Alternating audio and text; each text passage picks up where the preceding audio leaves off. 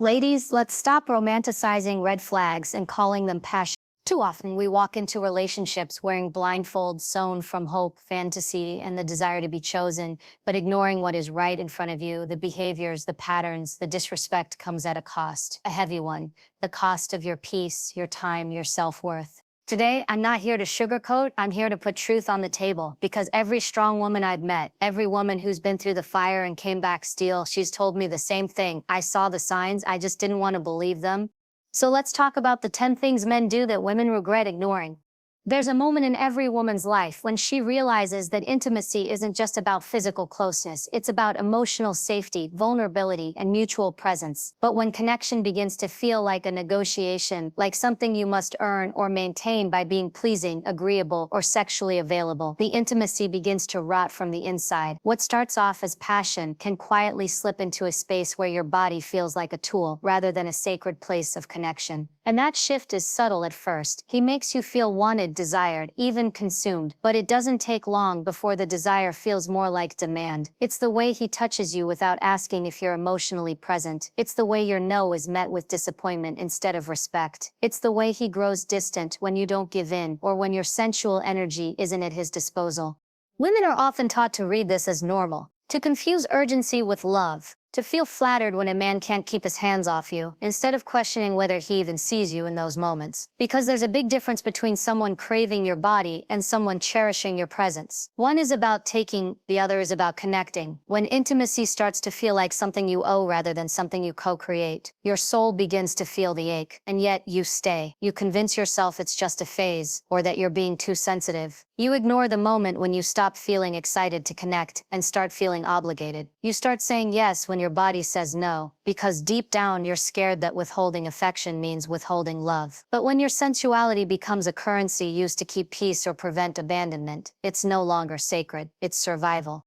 You begin to dread the moments that once felt electric. You feel the pressure to be in the mood. Even when your heart is heavy, you brace yourself for his touch instead of leaning into it. You become disconnected from your own pleasure because all the focus has shifted to his. It's no longer a dance, it's a performance, and performances exhaust the soul. What's worse is when he only shows affection when he wants sex, leaving you wondering if kindness, compliments, or even listening are just part of his foreplay routine. Intimacy, at its purest, is mutual surrender. But when one person is always giving and the other is always taking, it becomes exploitation dressed as romance. You don't feel held, you feel handled. You don't feel safe, you feel seen through, and you begin to question whether you're worthy of real connection, or just convenient satisfaction.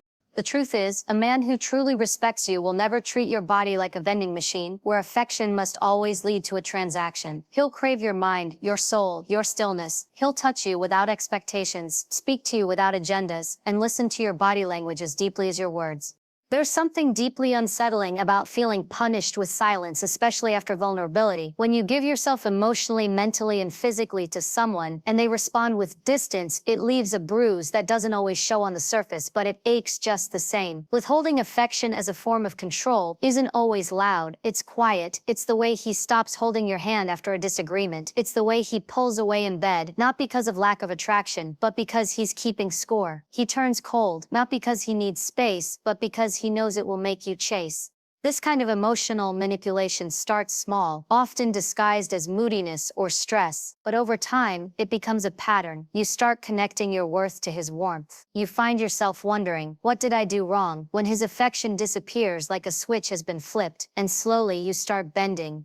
You initiate more, hoping it will bring him back. You touch him even when you don't feel like it, thinking maybe your desire will reignite his. You soften your words, dim your needs, and silence your instincts, all because he's trained you to fear his withdrawal. It's not always about sex. Sometimes it's the absence of eye contact, the absence of tenderness, the way he won't brush past you or acknowledge you when he's upset. He uses absence like a weapon, and what makes it even more confusing is how quickly he comes back when he wants to, as if nothing ever happened, as if your tears, confusion, and anxiety never existed. He comes back, charming, affectionate, maybe even passionate. You convince yourself things are fine again, but deep down, you're on edge. You've learned not to trust his affection because it's conditional. You've internalized that love can be pulled away when you step out of line, that sex is no longer an expression of connection, but a way to regain favor, that his arms only open when you're agreeable, silent, or smiling. Intimacy becomes a performance on your part and a punishment on his. The emotional whip is not his words, it's the absence of them. The cold shoulder, the lack of warmth, the quiet rejection. Over time, you find yourself physically present but emotionally elsewhere. You feel the disconnection even in the middle of a kiss. You feel your body respond on autopilot while your soul feels distant. You crave comfort but you're afraid to ask for it, because somewhere along the way, affection stopped being a safe place and started being a conditional prize. It makes you question your sensitivity, your strength, even your sanity. And that's the power of emotional withholding. It makes you chase the very thing you deserve freely. It convinces you to earn what should be given. It rewrites intimacy from being mutual and expressive to being silent, one-sided, and transactional. He may never raise his voice, but the quiet becomes deafening. He may never say cruel things, but the absence of affection becomes the cruelty itself. There's a certain kind of ache that comes not from blatant disrespect, but from the subtle cuts of mockery wrapped in a smirk. It happens when you're sharing something personal, your body, your insecurities, your desires, and he turns it into a joke. Not because it's funny, but because he wants to keep the upper hand. Sarcasm is often called humor, but in relationships, it can be a shield, a weapon, a mask that disguises cruelty as playfulness. You mention something vulnerable, maybe a past experience or a body part you're self-conscious about, and he chuckles. Oh, you worry about that. Or worse, makes a sexual joke at your expense. It lands with a sting, but instead of calling it out, you laugh awkwardly, brush it off, and tell yourself not to be too sensitive. Over time, this becomes a pattern. He'll make comments about your appearance when you're undressed. He'll joke about your emotional needs, mocking the way you crave closeness or the way you express affection. You try to raise the issue and he flips it. Relax, I was kidding. You're too emotional. You can't take a joke. And just like that, the wound is dismissed. The deeper message is clear. Your feelings are too much. Your body is fair game for commentary. Your needs are an inconvenience wrapped in punchlines. What starts as humor becomes humiliation, and you begin to shrink. You start second-guessing what you say, how you show up, even how you look when you're naked. You become self-aware, in the most damaging way, hyper-vigilant, afraid of being laughed at or teased during your most vulnerable moments. Intimacy in this space becomes guarded. You're no longer free to express pleasure or ask for what you want without fearing it'll be turned into a joke later. You hesitate to speak during sex, worried that your moans, your expressions, your body language might be mimicked or referenced sarcastically the next day. There's no safety in that kind of closeness. You're not melting into connection. You're stiff with defense, and your body knows. It knows the difference between being cherished and being judged. It tightens, it resists, it disconnects. It's a painful realization when you notice that every time you've opened up, he's found a way to make light of it, not in a loving, playful way, but in a way that keeps you small, that keeps him above you, even in your most intimate moments. The bedroom stops being a sanctuary and starts becoming a stage, one where you perform just enough to avoid ridicule, to protect yourself from the next punchline. You try to speak less, feel less, be less, just to avoid giving him new material. And still, it doesn't stop. Because his sarcasm isn't about the joke, it's about control, about never letting you fully settle into your power, your sensuality, or your voice. When he mocks your softness, your curves, or your emotional truth, he isn't just being funny. He's tampering with the very parts of you that make love real.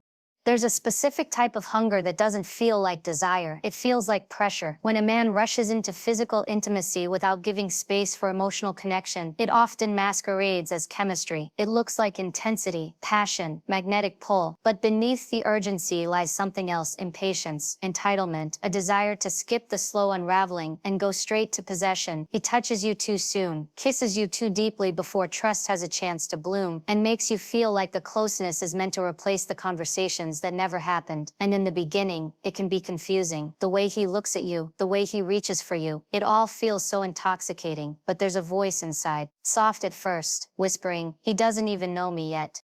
And that's where the truth begins to ache. Because intimacy without emotional depth isn't connection, it's consumption. When a man is quick to undress your body, but slow to undress your mind, he's not loving you. He's using you to satisfy his idea of closeness. You notice it when he asks for your body, before asking about your story. You feel it when he leans in physically, while staying distant emotionally. You sense it when he becomes cold or irritated, if you're not ready, as though your boundaries are an inconvenience, instead of something sacred.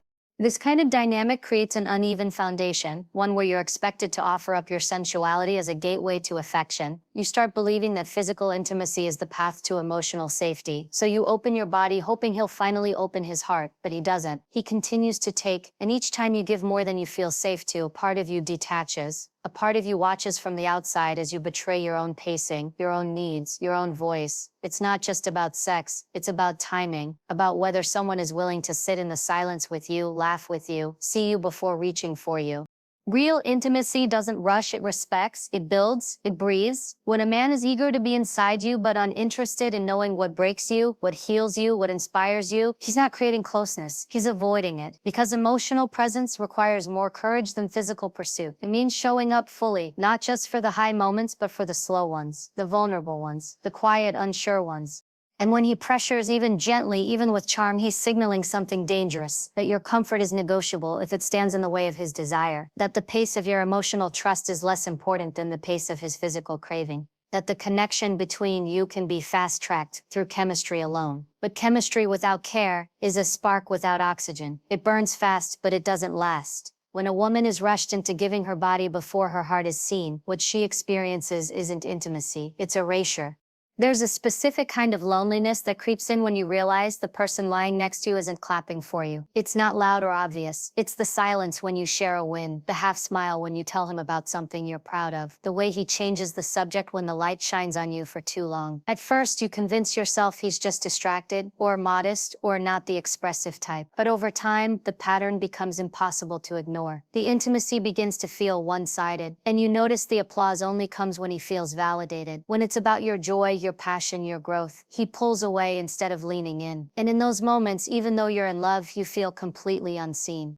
This dynamic doesn't always start with outright jealousy. Sometimes it's disguised as indifference. You're glowing, lit up by the thrill of progress, and he shrinks it down to something casual. Maybe he nods, gives you a quick "that's cool," and then turns his attention elsewhere. Other times it's more pointed. He dismisses your dreams, mocks your ambition, or throws subtle jabs when you talk about what sets your soul on fire. These small dismissals add up. You begin to edit your excitement. You hesitate before sharing your passions. You start to dim in the very places you once felt vibrant. And eventually, intimacy feels more like performance than presence. There's no greater disconnection in love than being celebrated in public, but silenced in private. You feel it in the bedroom too. The way he's eager when you're pleasing him, but absent when it's about your pleasure. The way he shows up when he initiates, but grows cold when you reach out for connection. When someone can't honor your fire outside of the bedroom, their touch inside of it starts to feel empty. You begin to crave more than just physical closeness. You crave recognition, desire that sees your strength, not just your skin, sensuality that's grounded in respect for the woman you are when your clothes are on, not just when they're off. When he fails to celebrate your wins, what he's really saying is, "You shining makes me shrink." And in a true intimate partnership, there's no competition, only collaboration, only elevation, only mutual awe. Intimacy is meant to be a space where both partners feel free to grow without fear that their evolution will threaten the connection. It's supposed to be a mirror that reflects your power, not a shadow that dims it. You want a partner who touches you with reverence, not just for your body, but for your brilliance? Who listens when you talk about your goals and responds not with envy or silence, but with fire in his eyes because he sees what you're capable of becoming, because he's proud to be beside you, not above you, not beneath you, but shoulder to shoulder, soul to soul. It always starts small, just a few comments here and there. That's a bit much, don't you think? When you wear something that makes you feel beautiful, you really need to post that when you express yourself publicly. I just don't like when other guys look at you, wrapped in a tone that sounds protective but tastes like control. You tell yourself he just cares, that he wants to keep you safe, that maybe it's sweet even, but deep down something starts to feel off. The way he watches you too closely, the way you feel yourself, adjusting your tone, your clothes, your energy, just to keep things smooth. And suddenly what used to feel free now feels monitored. What used to feel like connection now feels like control, dressed as concern. It slips into intimacy too, like a shadow that moves silently between the sheets. You notice how he guides your pleasure with expectation, not exploration, how your sensual rhythm becomes something he needs to pace, to own, to dominate, not in a way that excites you, but in a way that silences you. He asks for your boundaries, then pushes against them just enough to test how far you'll bend. He rewards your compliance with affection and pouts in the silence of your no. Your autonomy starts to erode in the small spaces, the subtle shifts, And before you realize it, your intimacy is no longer mutual. It's performative. You're not expressing, you're complying. He cloaks his control in tenderness, soft-spoken tones, even affection, and that's what makes it so hard to name. Because he's not yelling, he's not forcing, he's just looking out for you, just trying to help, just being honest. But every time you take a step into your own power, he pulls it back subtly through criticism, withdrawal, or passive disapproval. He sets invisible rules for how you should show up in the world, and when you don't follow them, you feel the consequences in his energy, his tone, his sudden absence of warmth. You start seeking his approval in places you never had to before. You hesitate to express your sexuality in a way that feels true to you. You wonder if your sensual confidence is something you should hide. You find yourself tiptoeing in your own skin, afraid that being too radiant, too expressive, too alive might threaten the very love you're trying to protect. And that's the most dangerous part, when a woman starts to believe that her freedom is too loud, her sensuality too much, her independence too risky for love. Control rarely enters through locked doors. It walks in through the cracks of affection, pretending to be intimacy. But real intimacy doesn't shrink you. It expands you. It doesn't ask you to be smaller. It encourages you to be bolder. When your desires are met with resistance, when your expression is answered with rules, when your autonomy makes him uncomfortable, what you're experiencing isn't protection, it's possession.